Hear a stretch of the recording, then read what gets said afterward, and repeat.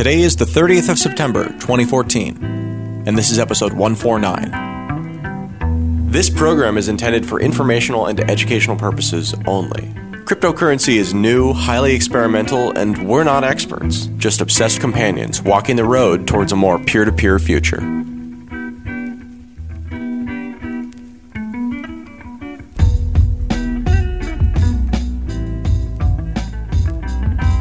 Passing 400 on the way up seems like a glorious moment, whereas passing 400 on the way down is disconcerting.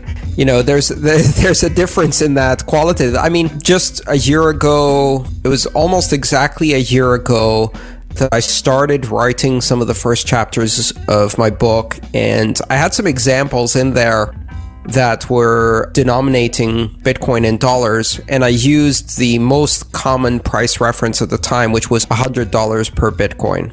And I went back and I was reading some of that now and realizing it was just a year ago that it was at 100.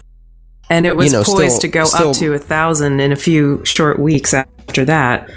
It was, but at the same time, it was a long, grueling run up to 100. And it had also bounced up to about 200, 260, and then dumped again. And those prices seemed heroic at the time. 400 was unthinkably high. I remember having a party at my house for Bitcoin 250. That party ended up getting delayed by 2 weeks, at which point we were at Bitcoin 400. And it was a glorious and riotous time. And now we're above Bitcoin 400, but coming at it from the other end. And it feels, very upsetting, but practically it's not that different. I think the difference, of course, is that we briefly glimpsed highs of between 1,000 and 1,200, depending on which market you were looking at. So that's why it feels very different. I guess you'd be most worried about the price if you were wanting to sell or use Bitcoins now. But if you're in it for the long term, then those price fluctuations don't necessarily bother you, but not everyone can sort of afford that luxury to treat their Bitcoin like an IRA. Well, no, I think also if you're buying and selling Bitcoin all the time, then it doesn't really matter because it averages out. If it's on a daily basis or on a regular basis, then, you're buying cheaper as well as selling cheaper, so it doesn't matter. But if you bought the Bitcoin a while ago, especially if you bought it in late November after the big run up, and now you want to spend it, that's going to hurt. You're looking at a significant reduction. So for people who came in during the very large run up in November of last year, this must be extremely painful to watch. For people who have been around since the single digit dollar prices of Bitcoin, it doesn't really matter that much. I count myself in that category. I mean, it's annoying, I guess, but I try to remind myself that it's not reflective of what's actually happening in the Bitcoin space. And what's actually happening is a ton of adoption, a ton of innovation, a ton of startups, growing momentum in every aspect. Well, there's an interesting psychological thing where we saw this price, the all-time high currently, as we're recording this, was about $1,200. And what we know now from the Willie report, which we covered on the show, is that price was basically fake. That was, determined by some bots on Mt. Gox and like a lot of manipulation. But yet people have this idea in their mind that my Bitcoin should be worth $1,000.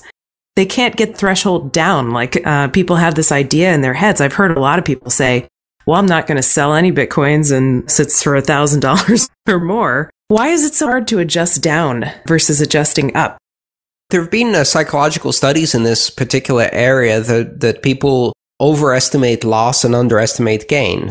It's more painful to lose. Yeah, they're averse to risk on the way down far more than they are appreciative of gain on the way up. And there's also a lot of research in the psychology of price anchors and anchor points, and whether that's when you're negotiating. If you are negotiating and you open your mouth first during a negotiation and set a price, no matter what, that will create an anchor in the negotiation, and it will be difficult to depart from that price once you've set it. This is part of the fact that, we're not really 100% rational actors acting in a clean supply and demand marketplace where we make rational decisions without emotional impact. And that's simply not true. So emotion has a lot to do with this, and people feel much worse when it's going down than when it's going up. And we tend to assign value to the market, I think. I do that too. It's a really bad habit because it can be upsetting at times like this to think, well, is this industry worth 20% less than it was a month ago? And it obviously isn't, because good things have happened since, and the momentum of development continues. But if it kind of feels like it.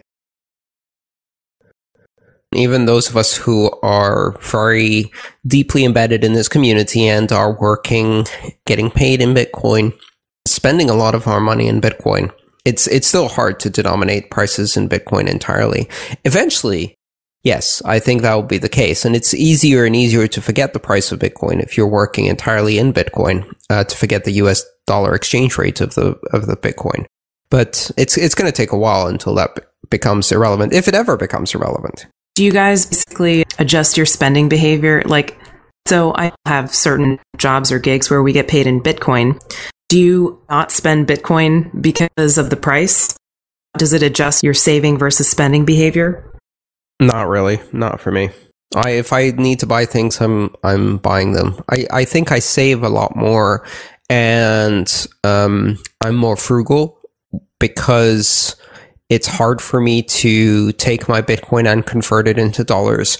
I keep a lot of it offline. It takes a while to convert back to dollars, which makes it harder for me to do impulse buys. So I have to think about something. And usually after I think about something for a day, I realize I don't really need it. And so I'm much more frugal. That's actually a really great point, Andreas. I mean, you realize how much friction affects payments and the psychology of buying. I'm aware that if I need to, let's say, boot up Armory or take some Bitcoins out of a cold storage wallet or something like that, in order to be able to buy something, I do think about it longer. I think, well, do I really want to do this? It's almost as if that extra work of getting access to the Bitcoins is like an additional cost that's almost outweighing like the actual value of what I'm going to be spending. So, yeah, it really does make you think twice. And same thing with micropayments. I mean, this is the whole reason why people download movies and music, or one of the reasons anyway. Often it's just so much easier to get something from a torrent to go through the credit card information and pay $2 or whatever for the book. You could just grab it off of a torrent and it's way easier. Friction really does affect people's buying habits, and so does being able to get into your own wallet. CryptoKit, I think, is kind of the inverse of Armory. When on one of my computers, I load up the wallet with it, that I spend it a lot faster than I do if I have to go to all the trouble of getting out my credit card. And for small things like Humble Bundle is a good example of this. Like, I only spend Bitcoin there because it's not worth it to me to get out my credit card. But you're totally right about the other side too. If I don't have Bitcoin available, then a lot of times I'll actually just not spend, if it's something where that would be compelling otherwise. You can now buy Amazon gift cards through Gift and get 3% back on everything you buy from Amazon, including shipping and tax. So I thought that was really, that's pretty cool. I actually have a credit card that gives me 3% back on Amazon, but I still use Gift because it's way easier to pay with Bitcoin. You can actually get more than 3% back by using some of these gift exchanges like Purse.io or Broker.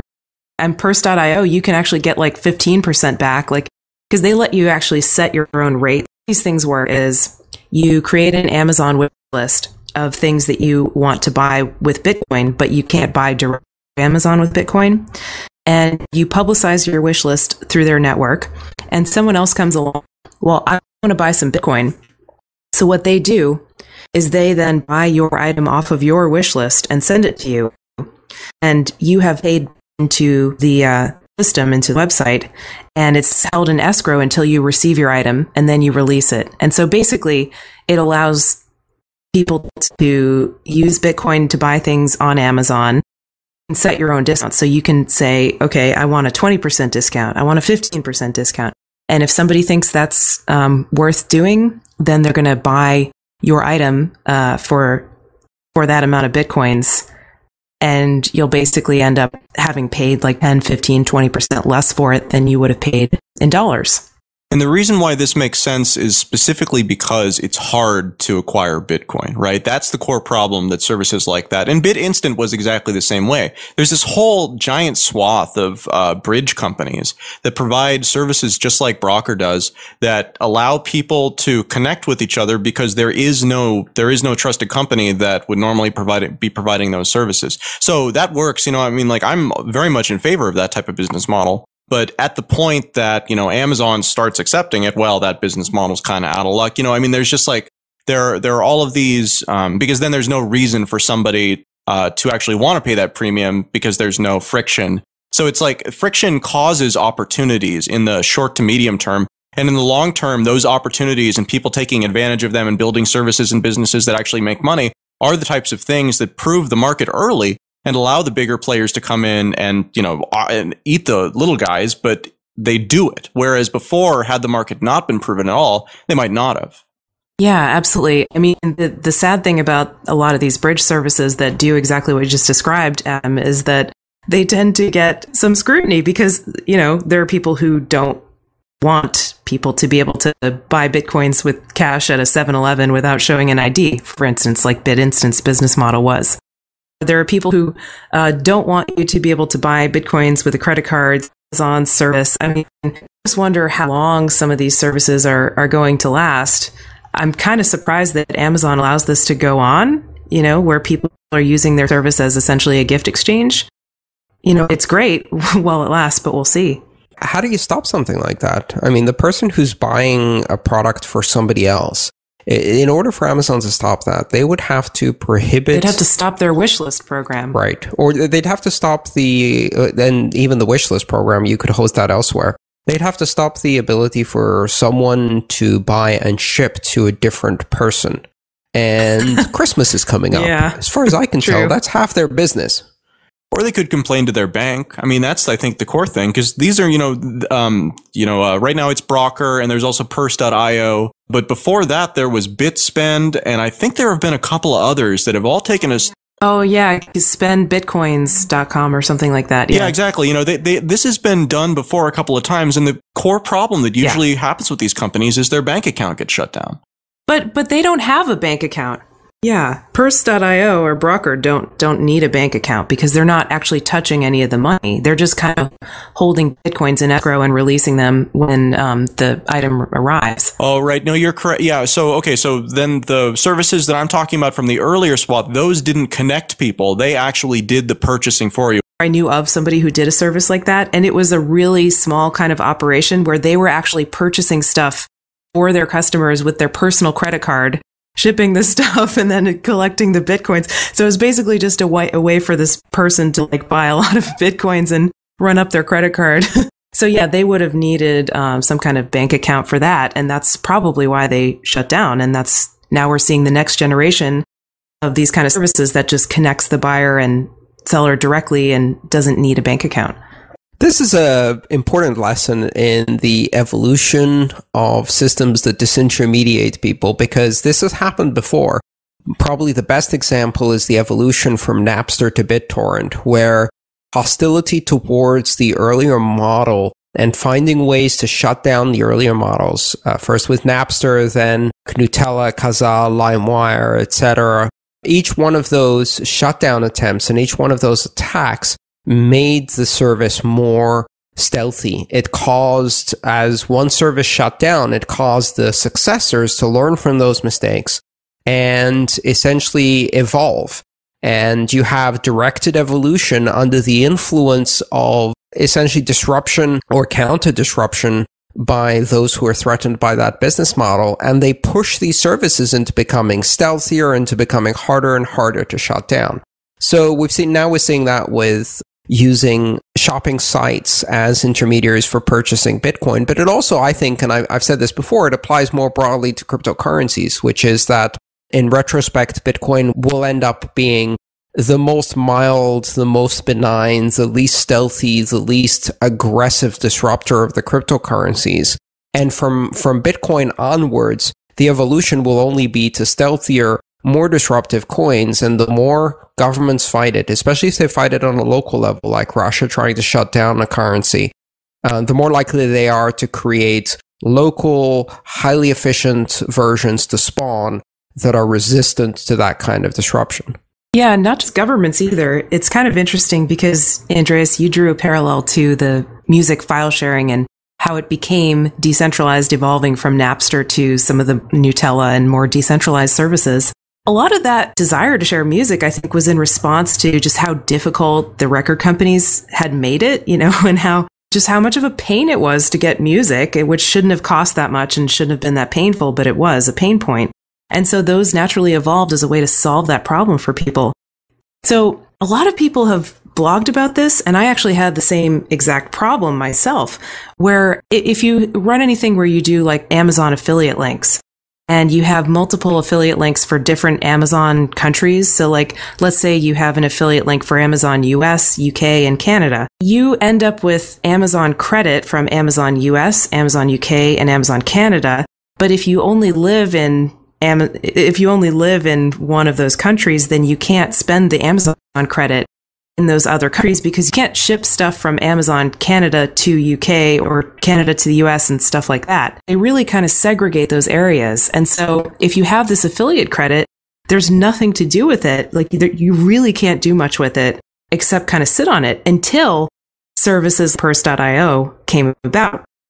People have tried to post on the internet and say, hey, what do I do with this credit? Like there's nothing, you can't use it to buy a gift.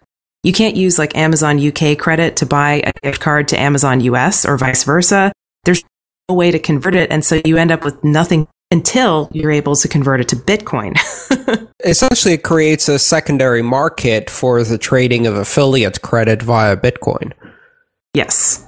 And this happens in every area where you have market forces that are trying to distort the market, whether it's music companies trying to extract ridiculous margins while offering inferior customer service once MP3 came out, whether it's the banking system, and the fact that cryptocurrencies appeal to a lot of people because the banking system treats customers appallingly, creates enormous barriers for international trade, has practices that are simultaneously abhorrent and idiotic. That pushes people to use cryptocurrencies, and then if the banks try to fight those cryptocurrencies, either themselves directly or through governments, what they do is they cause the cryptocurrencies to evolve to become bank resistant and government resistant, rather than achieving any goal. In the end, the music industry learned this lesson, and they found that the suing everybody through the RIAA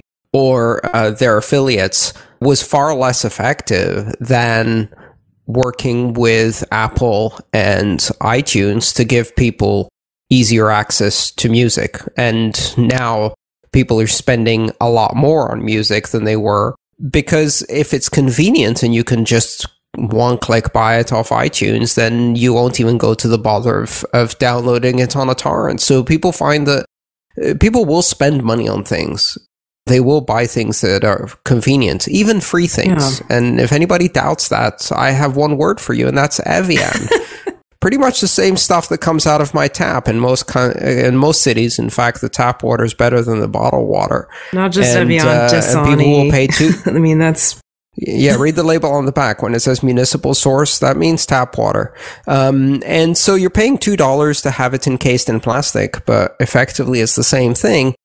People will pay for convenience even when the underlying product is free. And they'll go through a lot of hassle to get that service or product if what you're offering them is vastly inferior, as is the case with banking or was the case with the music industry.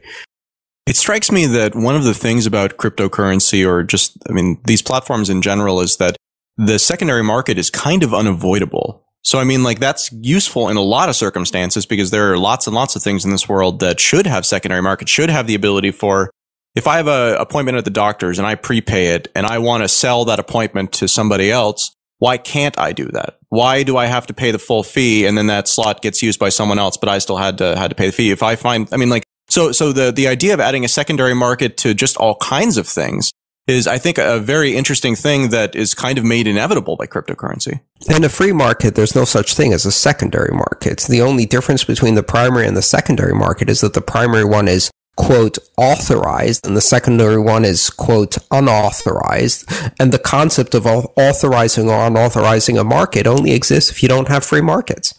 Well, but that's not necessarily true, because like in the case of a doctor's appointment, for example, hypothetically, it's not just like anybody can set the rules of when a doctor's visit can be. There's actually someone who is in charge of dictating what the availability is for that sort of thing. So, right? So that would be the primary market. And then if I, as someone who acquired it from the primary, wanted to sell it on, or scalp tickets or whatever, that's the secondary market. I don't think it's necessarily about whether it's okay or not. I think it's just about what step in the process are you acquiring it. Oh, I see what you mean. You're talking about reselling something rather than selling it the first time. Right. You notice that in many cases the mere concept of reselling something is de facto illegal or unauthorized because of restrictions placed by the primary market. Right, exactly. So whether or not there are restrictions placed by the primary market, if what you're talking about is a crypto token, given the current technology environment that we live in, you kind of can't restrict people from doing whatever they want, right? I mean, like you can stop the blockchain from being mined. You can shut down whatever the transaction processing mechanism, and that might stop everybody, but you can't stop individually. Yeah, no, you can't. I mean, you couldn't stop it before. Like, you couldn't stop someone from subleasing their apartment, for instance, before internet or before whatever. They would take out a classified ad. But now it's just being made easier to get around those restrictions. Because now we have Airbnb, for instance. Maybe we'll have some kind of token that corresponds to an apartment complex where people can use that to sublet their apartment. It's a matter of scalability and efficiency. The difference is that now you can do that in a scalable and efficient way, whereas before you couldn't. And the same thing applies to cryptocurrencies. I mean, ledger-based currencies or ledger-based trade systems have existed for thousands of years. Before Bitcoin, there was Hawala, informal ledger-based, cash-based networks of acquaintance that cross continents and cross the globe, where you could transfer money internationally through these networks. The problem is you could only transfer very, very small amounts. You could only do so informally, and it had large inefficiencies. Bitcoin doesn't do anything new. It just takes that same concept and takes it to scale. You could do Airbnb before by calling a whole bunch of people in the city of destination until you find someone who's willing to let you sleep on their couch. Now you can just do it at scale and efficiently and with nice perks around it.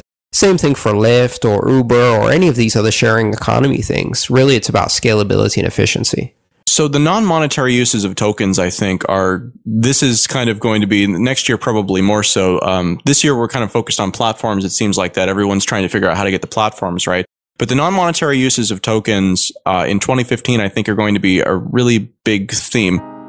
One of the things that I've been thinking about is, while the features that something like Bitcoin has built into it are good for money, if we were talking about creating token systems that just are better generally than the alternative systems that are out there, there are some situations where you actually want features that are different than Bitcoin. And I mean, this we can tie this into the bit license conversation, because I've talked about this before. If you're going to have a bit license and the reporting requirement is so onerous that you basically are going to have to fundamentally change how Bitcoin is in order to use it and build entirely new systems, designed around associating metadata with all these things. Why not instead just create a coin that has all of these things built in as features, so that then nobody has to do that work? It's just something that's already reported. And yes, of course, it's less good than Bitcoin from our perspective. And yes, of course, it adds in lots of things that Bitcoin frankly solves. It unsolves a variety of problems that we think Bitcoin has solved, but yet it would be usable in a legally compliant fashion in areas that otherwise cryptocurrency might not be. Basically, FedCoin. FedCoin, sure. I mean, FedCoin is one of them. You might have even different FedCoins. New York coin, FedCoin. It's going to happen eventually. You are going to see government coins that are going to be less decentralized and less anonymous. And the end result is that some small niche markets are probably going to end up using those coins. I think that's not necessarily a bad thing, because what it does is it establishes digital cryptocurrencies as something that people get used to, and then they can make choices. Because once you are in a digital cryptocurrency realm, it's relatively easy through these secondary markets we've just been discussing to move around from token to token, whether that's moving from say, a resource coin that you acquired by sharing your bandwidth or sharing your couch space or giving rides in your car, and got a resource coin that you exchange for Bitcoin, or because you want to convert Fed coin to Bitcoin in order to move it to another country because you can't move the Fed coin. It's much easier than dollars.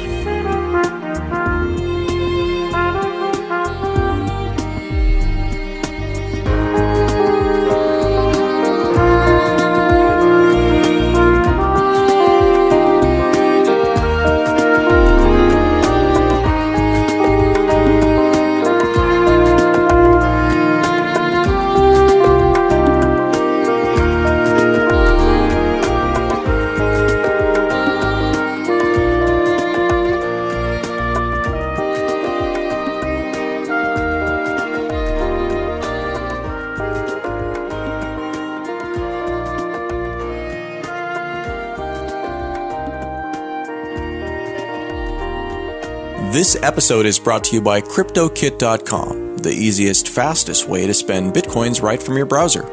This episode of Let's Talk Bitcoin is also brought to you by Folding Coin. Folding at Home is a long-running project from the folks at Stanford University that basically enlists your spare CPU or GPU power to simulate complex protein folding. The results of all this distributed computation are tabulated and analyzed. They help new medicines and cures be derived for some of the most vexing diseases faced by man. But there's a problem. There's no reward for sharing your computer cycles in this way. You can join a team and you can earn points, but there can be no profit motive in helping research. So here's where Folding Coin comes in. It's what I call a cause coin. Folding Coin is a token built on Counterparty, created on a schedule, publicly set in advance, and distributed to those who join the Folding Coin folding team, based on their individual contribution to that team's effort. Folding Coin can't be redeemed right now, and it's only beyond Counterparty utility as it can be used to tip at participating meetups, so its market value right now is dubious, but I think about it another way. If protein folding is something that people find valuable, and the only way you can get Folding Coin is by provably folding proteins, then even someone who doesn't want to contribute computational cycles, but does want to support protein folding, can accomplish this simply with money, by purchasing and holding some of the Folding Coin tokens. So if people like the cause or think it's important, now they have a really easy way to support the project's ecosystem at a meta level. And individual folders can choose between whether they think there's more support now, and thus a higher demand for the token, or if they think that that'll be more true at some point in the future. Interested? Confused? Visit foldingcoin.net to learn more. There's only one sponsor today, but while I've got your attention, if you've got an iPhone, head over to the App Store and grab your free copy of the Let's Talk Bitcoin network application. This is the second version we've released, and I'm pretty thrilled with it. The first version had positive feedback, but it didn't save your place in the current podcast you're listening to. You had limited ability to download specific episodes, so you had to stay online sometimes. Didn't have the option to autoplay new episodes, you couldn't play episodes at 2x speed, and you couldn't move around within an episode. All those things now have been fixed. In addition, you can now log in with your LTB account to comment on a specific episode or article, and actually you can enter the magic words while listening to the episode. If you haven't yet taken a look, this is all wrapped up in a very intuitive drag and flip interface. We hope you enjoy it and would love feedback on how the next version can be better. To those of you with Android devices, now that we've got the iOS device to a place I'm happy with, we'll be building that side of it out with the lessons learned here. To get your free copy now, visit the iOS App Store and search for Let's Talk Bitcoin. It's released under our developer's account, Marcin Roberski, so don't worry about it being the wrong one.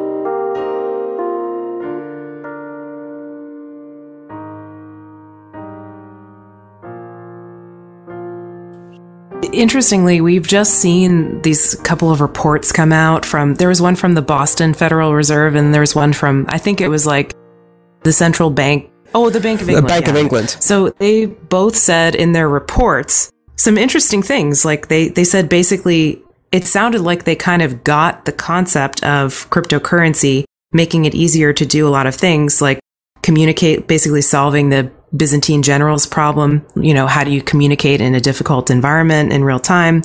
And also the advantages of blockchain technology for like timestamping and keeping a distributed ledger. And they both sort of recognized the value of that. And I mean, they didn't want to go like completely positive on cryptocurrencies. They were like, yeah, they still have risks and problems and challenges, but you know, we can basically use these technologies to our advantage. So it was kind of interesting to see that they sort of got it, at least pieces of it. They got about 5% of the vision of what those of us who are in this space have understood now for a while. But it's really is such a tiny subset. It was like, this could be useful. Yeah, it's going to rock your world, but I guess useful is a word you could use.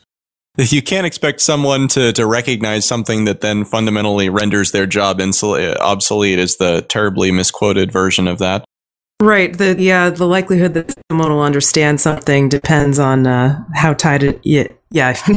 I can't do it better than you, Adam. There's going to be lots of talk. There's so much talk. I brought this up because the Fed coin is one of them, certainly. I think that that's something that inevitably we'll see because it's just more efficient. You know, Andreas, the 5% that they've identified is the 5% that is most helpful to them in their current, viewpoint. Right, exactly. So, I mean, like, we can't expect anything different from that. The question is, outside of government, what are the groups that have been empowered by this or that are going to be empowered by this that weren't before? And I mean, like, I'm really enamored with this idea of different types of characteristics that could be applied to cryptocurrency. So what if we, I have a token that I possess and I can give it to somebody on a rental term, right? And then when, we agree on the term, the person can look at the blockchain and see that this is the term. When they get the confirmation, they, sign it, and then I'm paid. And then after that amount of time, it automatically returns to me. I mean, like, adding a feature like that would let you do an incredible amount of things that are totally, non-feasible with cryptocurrency right now because that doesn't exist. Yeah, we've still barely scratched the surface. The main message that I've been trying to hammer on for a while now is the idea that currency is just the first half, that this is the internet of money, but it allows you to do resource allocation and transaction between individuals. And to be able to allocate and trade resources between individuals in a completely decentralized, distributed, and global way. Currency is the obvious application, but currency is just barely the tip of the iceberg, because once you can do all of these things, it redefines currency, it redefines trade, it redefines commerce, and it allows us to do all kinds of things that we haven't even thought of before. Just like thinking of the internet simply as a better fax machine misses the point radically. And that is the reality of where any disruptive technology is at first. And in the first few years of the internet, people did radically miss the point and thought about all the ways that fax machines would be revolutionized by this new technology. How the existing concepts of faxing would be done better and faster and more efficiently. And that, again, was missing the point. So what's the non sequitur that comes along now? I mean, like, the non sequitur is simple. If you think that Bitcoin is Visa, only better or cheaper, if you think Bitcoin is just a payment network for shopping in the first world, you are radically missing the point. It's not about shopping in the first world. It's about everything else, everywhere else. It's not about the currency. It's certainly not about the narrow aspect of the currency, which is the payment network. And it's not a replacement for PayPal. And if that's what you think about Bitcoin, you've missed the point. This is a programmable open network for the decentralized trading of resources and allocation of resources. And that is huge. And it affects a hell of a lot more than just how you do shopping, which, again, you can see that people are missing the point because the biggest news is so-and-so retailer now takes Bitcoin. That really doesn't matter so much in the long run. But I think that the long run, it's really tempting to take that perspective because it sort of pushes off the getting there, to the now. And we don't really, care about that because the now isn't what's important. It's the long term that's important. But I think that that's like, we talk a lot about Bitcoin in Africa and things like that. And we recently had an episode, not too recently, with Richard Bowes. Stephanie, you interviewed him, and he had a very hard time unexpectedly. And one of the things that struck me about that, we're not there yet. We probably, I think that you're right. I think that all of the impacts that we believe this can happen to people who are unbanked, all those things, that absolutely will happen, but we're not there yet. And pretending like we are kind of misses the point. The point is that these early things, yes, Bitcoin might not be about money, but right now that's the use that people can actually wrap their heads around. And just like the price doesn't matter, well, the price does matter. It just doesn't matter to us. And so what we're doing here isn't trying to, please ourselves and create the best system that only we will ever use. We're trying to help create something that is much bigger than we are. I think what you're saying is those are all steps along the way. Like every big merchant or whatever that adopts Bitcoin, we might see that and think, oh, ho-hum, yeah, whatever, Dell, Dish Network are accepting Bitcoin. That's great, but it's not about shopping. But I think you're right, Adam, that it's a step along the way to getting to what it is about. And like, that had to happen in the internet where different, companies started making websites and AOL came out and people started getting email addresses. And then suddenly your grandma had an email address.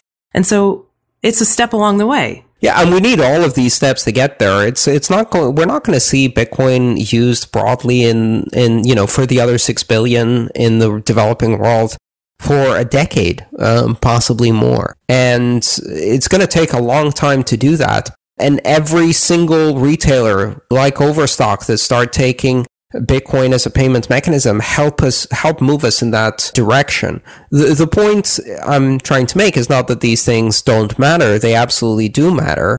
It's just that that's not the end of it. And don't for a moment think that that's all there is to it, or that the primary goal here is to replace PayPal or Visa.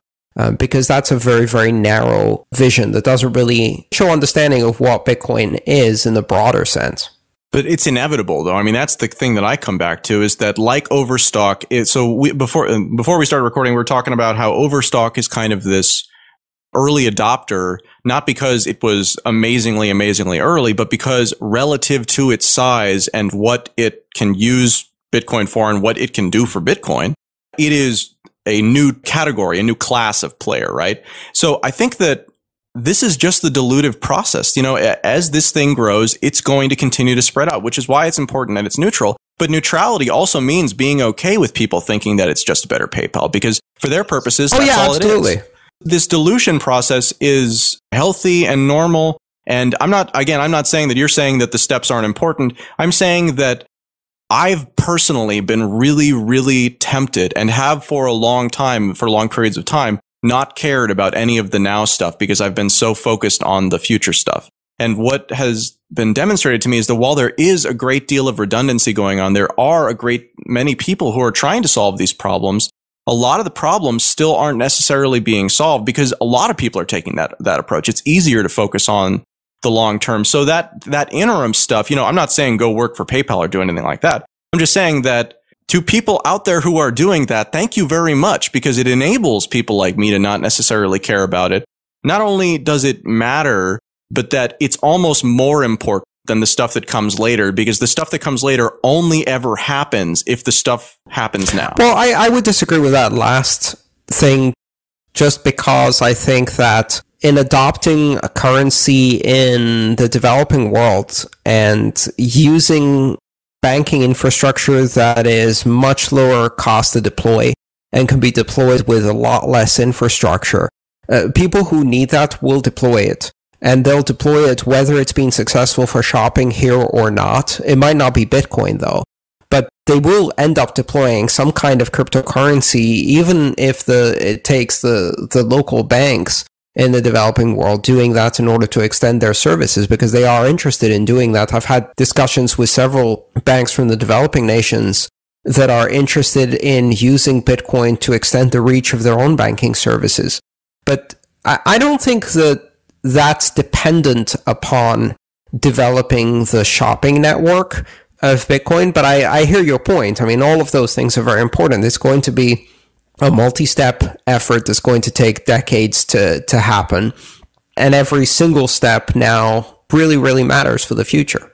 I just mean that the stuff matters, right? Like the somebody doing stuff matters. I'm not also necessarily talking about the banking system or any of these other specific things. It's just that however people find it useful, whatever the particular aspect of it that they think is relevant, the banking system in the third world certainly would have a much better time with it if there were more things that it could do, if there were more subsidiary applications and open source projects and all these other things that add additional layers of service on top, or additional things that it can do. Lighthouse is a fantastic example of this. I don't know if you guys just saw, but Mike Kern, I think last week, released the alpha version of the Lighthouse platform, which is essentially a Bitcoin wallet that has crowdfunding features built into it and that doesn't do it doesn't have any servers or anything like that. It uses actual features within the Bitcoin protocol in order to do this kind of like, just like Kickstarter, you make a pledge, but you can revoke your pledge if, before it funds. So, I mean, like stuff like that, that's about money. That's about crowdfunding. That's a useful tool layer that wouldn't necessarily exist if the focus was, I don't know. I'm just saying, you get where I'm going with this? Absolutely. It's definitely great to see all these developments. That's another aspect I think that the price decline may be obscuring is all of the incredible news. Like if a third of this stuff had happened last year, we would be having Bitcoin parties about it, and I think it would have gotten even more attention. In the early days, every single new retailer that adopted Bitcoin had an impact on the price and caused a great deal of excitement in the community. And now we see major retailers, major consumer-focused companies adopting Bitcoin, major announcements by governments, by large companies, by startups, by individual projects, new innovations, all of this stuff happening. And yet the reaction seems almost muted.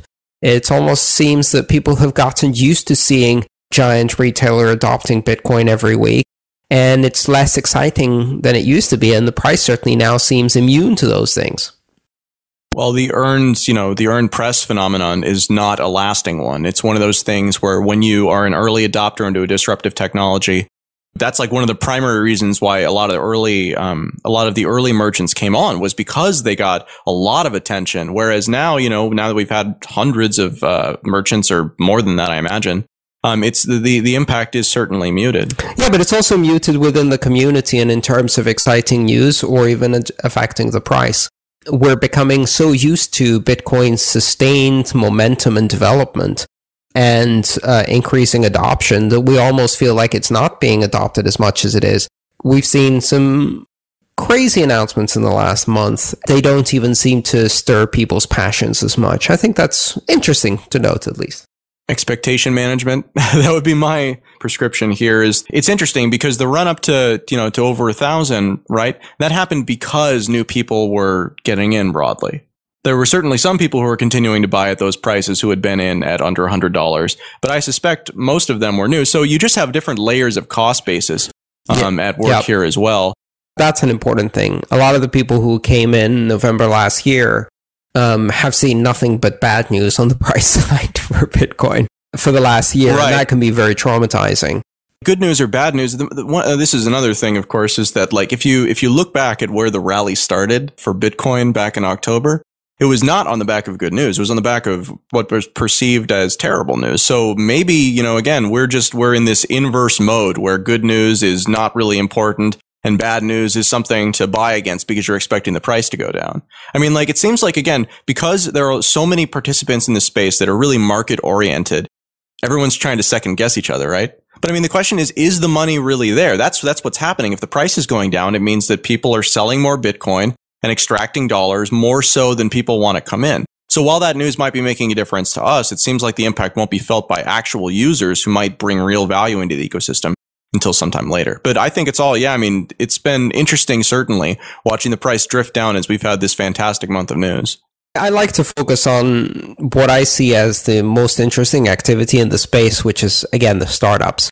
So the amount of activity that's happening, the number of startups that are working on cryptocurrency-related projects, the number of developers that are working on cryptocurrency-related projects, the number of people being hired with jobs being created in that industry, has exploded since last year. I would estimate that we're looking at probably 50 times larger industry than we had a year ago. And that industry is focused directly on innovations and delivering solutions to consumers, delivering business-to-business solutions around cryptocurrencies, developing new protocols, developing new products, developing new financial services instruments, all of those things that are happening. Those were simply not happening last year. Well, they were just different projects. Not to the extent that they're happening now. I mean, the industry is in my estimate 50 times larger than it was just a year ago. And not only has there been a huge influx of capital, but there's also been a huge influx of new people working on these projects and a huge influx of developers who may not be working on Bitcoin Core, but are working on thousands of little projects related to cryptocurrencies. Yeah, and a lot of those companies are going to fail, as we've said before, but some of them are going to succeed and maybe succeed really big. In fact, I just heard a podcast with Tim Draper, who's the guy who bought a lot of the Silk Road Bitcoins, and he was the one who proposed splitting up California into 6 pieces. And he said that he really thinks that right now there are all these Bitcoin startups working on these solutions to bring, Bitcoin into the mainstream and to make it easier to use. They're all just incubating right now and developing. But within the next year or two, they're going to come to fruition with all the stuff that they're working on. And then that's when we're really going to see the explosion of Bitcoin, the price increase and the adoption massively increase when these bridge companies and solutions are ready. I don't really necessarily think that a price increase is necessary in order to have success in Bitcoin, because Bitcoin works just as well at 30 as it does at 400 as it does at 1,000. That's true. But could you deny, though, that many of the people who bought it... Could you deny, though, that it's true that Bitcoin just works just as fine as a penny as it does at $1,000, but it does bring people in. Like when Bitcoin price goes up, there's a lot of media coverage and it lets people find out about it who wouldn't have found out about it otherwise. Yeah. Yeah, not just that, but the people who came in during that price run-up in November of last year are now expressing a lot of disappointment and feeling a lot of disappointment when the price goes down. So it cuts both ways. It not only brings new excitement into the space, but then when the price declines, that leads to disappointment. So it's certainly tugging on everybody's emotions. I'd like to see more stable Bitcoin pricing rather than a big run-up followed by a big drop, followed by a big run-up, followed by a big drop, because that's giving us all emotional whiplash. But, I don't think stable Bitcoin pricing is going to be in our immediate future. I think volatility in Bitcoin is going to be here for quite a while as this industry matures and the market matures. It's still tiny in comparison to serving and could serve. It is volatile, but I think what it does is it acts as a beacon. And so, the startups that you're talking about, it's been interesting because there has been actually quite a bit of turn. A lot of startups have sold assets in the last, 2 or 3 months that got started last year.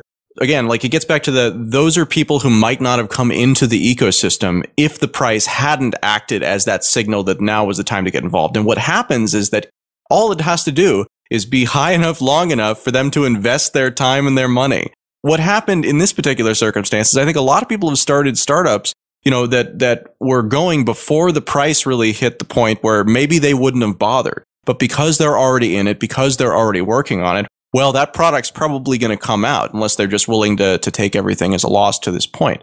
So that's, I think, part of this cycle is that you get this big rush of excitement, which then gives a big rush of money, and then people get discouraged because they just spent all this money, but there's nothing new for them to see. But the companies that are building this stuff, they're still out there building it. And a lot of them are going to fail, as has been mentioned, but some of them will succeed. But that's why I think price does matter. And it's good that it spikes up, is because when it does spike up, it takes people who are opportunistic and looking for the most effective way to spend their time, and they retarget and recalibrate towards cryptocurrency because it's an opportunity. So, again, it just depends on who you're talking to when it comes to does the price matter or not. It's a balance between how much do you get the concept versus how opportunistic are you. And over time, I think a lot of the opportunism shifts to getting the concept.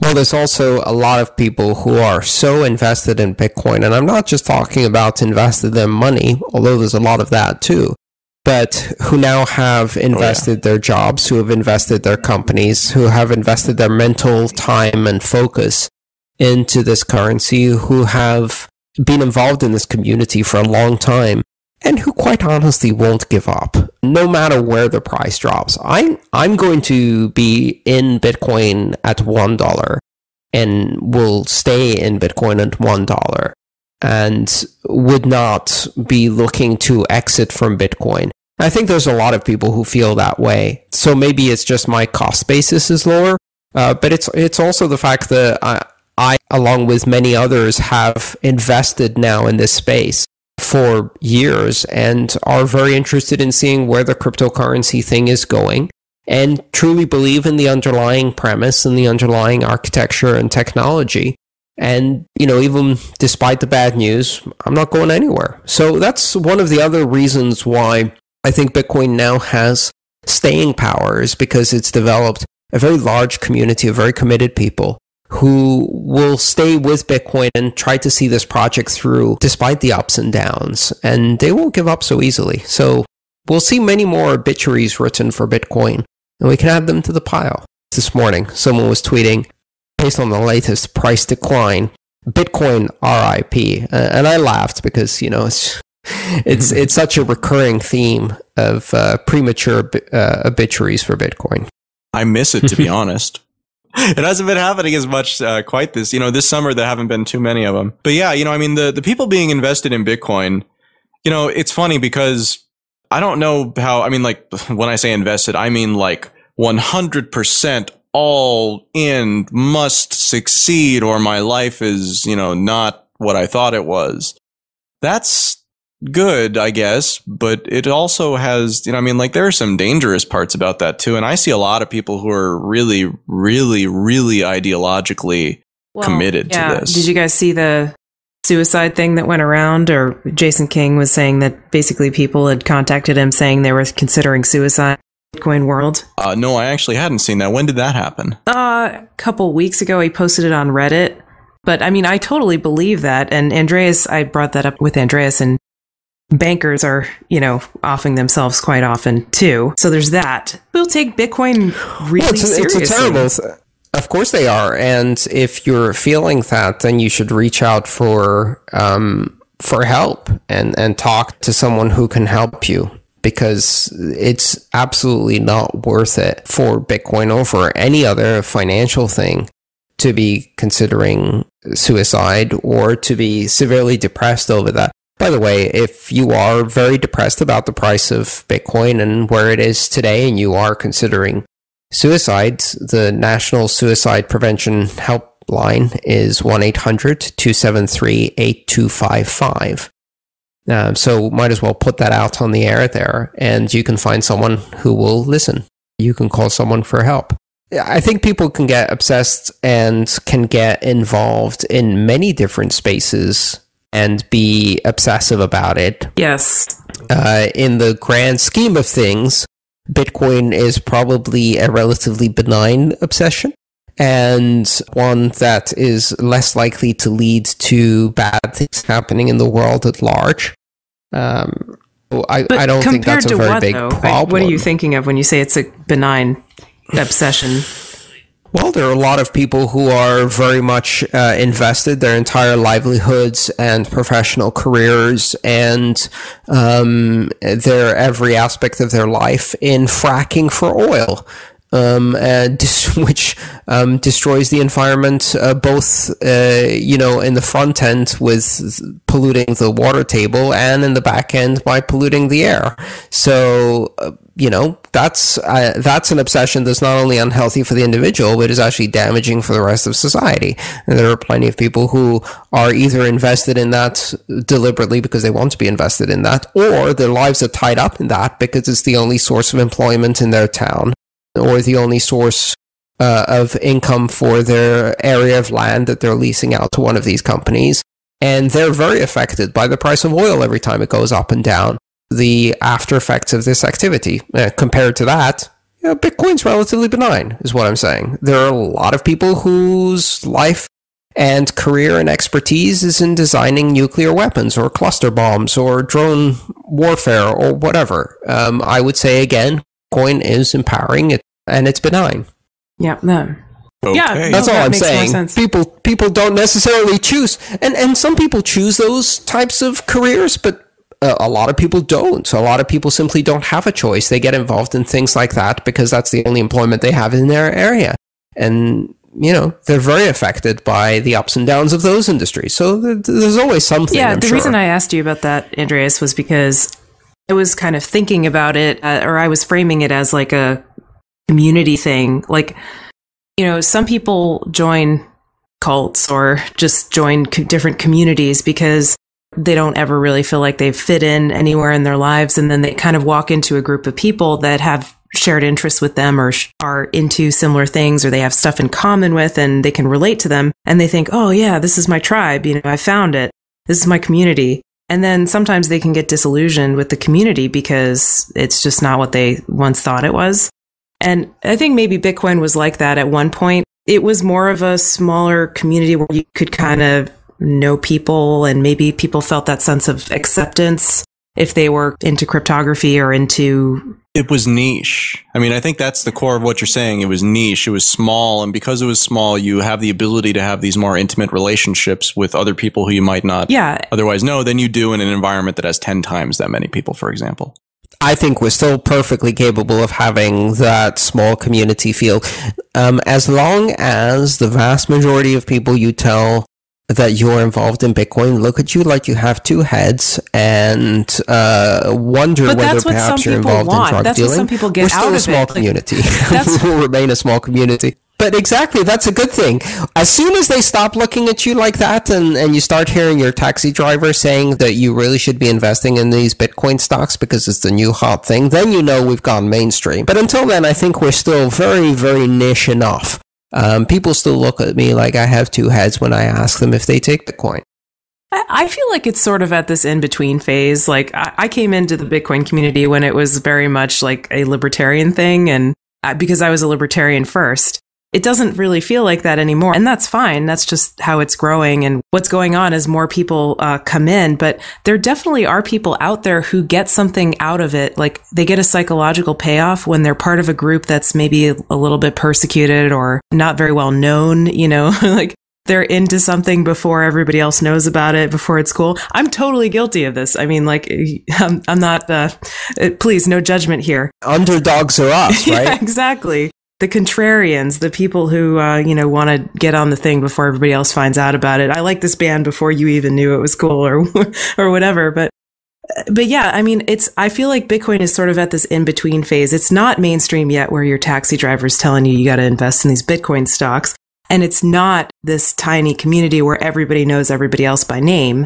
It's in between those two. It's going towards the mainstream, but it's not quite there yet. But it's sort of less niche than it was in the past. So let me take a different angle on this.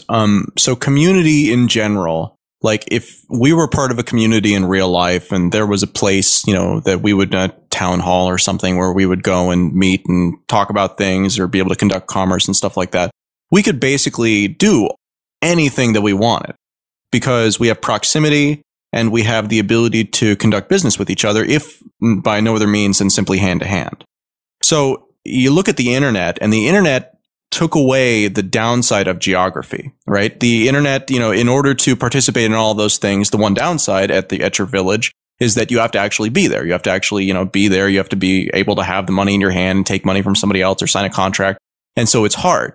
So when we move to the internet, the communities that have been built here can do only two things. You can interact with the platform. So this is the equivalent of you can go to the town hall and look around at the things that are there or read articles posted on the bulletin board or whatever. And you can talk to people, right?